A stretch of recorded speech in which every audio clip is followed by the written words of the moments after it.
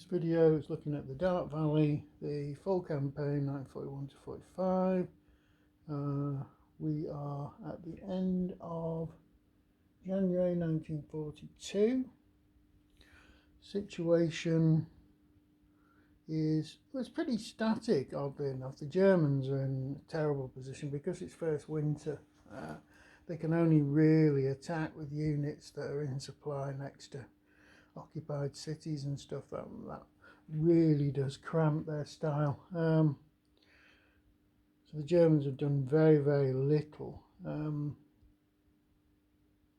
Russians, they've tried to launch a few attacks, but well, they've launched quite a lot of attacks, but at odds of around 3 to 1, where they're suffering probably as many losses as the Germans. The big advantage they've got is they've got these like 1-4 divisions which they can use soak up step losses with, whereas the Germans, where they have been taking casualties, have been sort of losing steps, valuable steps of mechanized formations and quality infantry formations.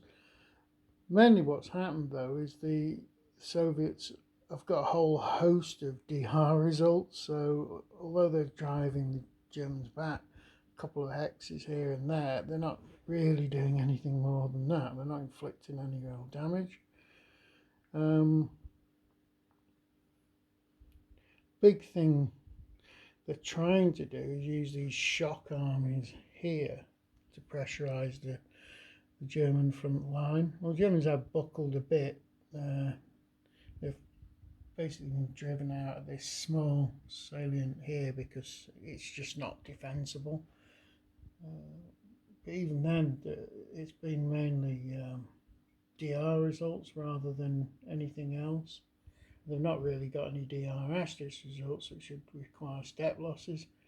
So the Soviet winter offensive has been pretty much of a non-event this turn.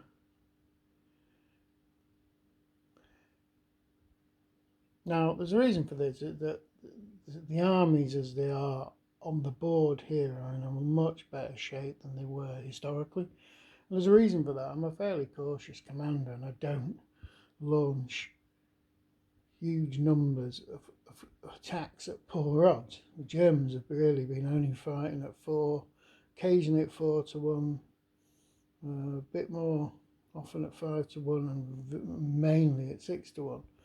Whereas the Soviets have largely been ignoring anything where they can't get a 4, 5 or 6 to 1.